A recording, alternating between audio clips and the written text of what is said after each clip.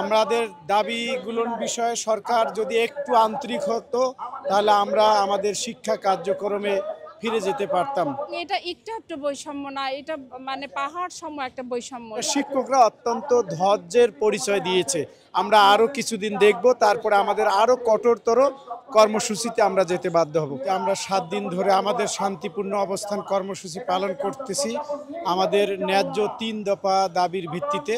আমাদের দাবিগুলোর বিষয়ে সরকার যদি একটু আন্তরিক হতো তাহলে আমরা আমাদের শিক্ষা কার্যক্রমে ফিরে যেতে পারতাম। আমাদের দাবি কিন্তু বেশি না, সামান্য, মাত্র 20% বাড়ি ভাড়া এবং 1500 টাকা চিকিৎসা ভাতা এবং কর্মচারীদের জন্য 75% উৎসব ভাতা। এর মধ্যে আমাদের শিক্ষা উপদেষ্টা আমাদের নেতৃবৃন্দের সাথে কথা বলেছেন, উনি মাত্র 5% দিতে চাইছেন। আমাদের দাবি যে আমাদের নেতৃবৃন্দরা বলেছিলেন যে আপনারা 10% দেন এখন আর 10% পরে দিন, ওনারা তবুও এটাতে রাজি হন নাই, যার কারণে আমরা আন্দোলন চালিয়ে যাচ্ছি।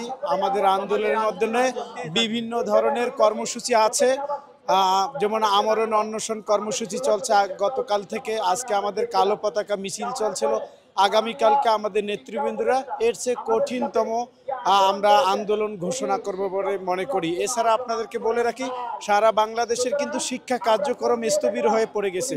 সরকার যদি এটা না বোঝে তাহলে আমাদের আর কিচ্ছু করার নেই। শিক্ষকরা অত্যন্ত ধৈর্যের পরিচয় দিয়েছে। আমরা আরো কিছুদিন দেখব, তারপরে আমাদের আরো কঠোরতর কর্মসূচিতে আমরা যেতে বাধ্য হব। 7 দিনের আমাদের যে আন্দোলন চালিয়ে যাচ্ছি, সে আন্দোলনের পরিপ্রেক্ষিতে আমরা কিন্তু সরকারের পক্ষ থেকে কোনো আশানুরূপ কোনো প্রতিক্রিয়া পাইনি, এবং এর পরিপ্রেক্ষিতে আমাদের যে কর্মসূচিগুলো সামনে চলমান থাকবে, আমরা সেভাবে আজিজ সাহেবের নেতৃত্বে আমরা সেটা সম্পূর্ণ করার আশ্বাস নিয়ে আগামী দিন থেকে আমরা, উনি যেভাবে আমাদেরকে পরিচালিত করবে, আমরা সেভাবে আমাদের কর্মসূচি পালন করবে। আমাদের দাবি পূরণ হওয়া না পর্যন্ত আমরা শ্রেণীকক্ষে ফিরে যাব না, এটাই আমাদের চূড়ান্ত সিদ্ধান্ত।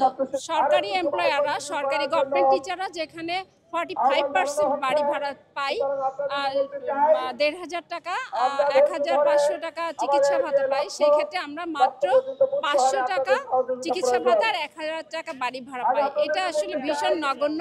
এটা বলতেও জাতির কাছে আমার খুবই, নিজের কাছে, বিবেকের কাছে খুবই লজ্জাজনক। তারপরও বলতে হচ্ছে। ওয়ালটন এখন দেশের সীমানা পেরিয়ে পৌঁছে গিয়েছে 50টিরও বেশি দেশে। ওয়ালটন, ঘরে ঘরে, বিশ্বজুড়ে। বিগত 7 দিনের যে অবস্থা, গভর্নমেন্ট এখন যেটা বলতে চাচ্ছেন যে ওনারা 5%-এর বেশি দিতে চাবেন না, কিন্তু আমাদের শিক্ষক নেতৃবৃন্দের একটাই আমাদের দাবি, সেটা হচ্ছে আমরা 20%-এর 1 আনা কম হলো এখান থেকে। অবশ্যই আমরা বৈষম্যের শিকার হচ্ছি, 100% বৈষম্যের শিকার হচ্ছি, এবং এটা একটু বৈষম্য না, এটা মানে পাহাড় সম একটা বৈষম্য, যেটা আমাদের জন্য ভীষণ লজ্জার ব্যাপার।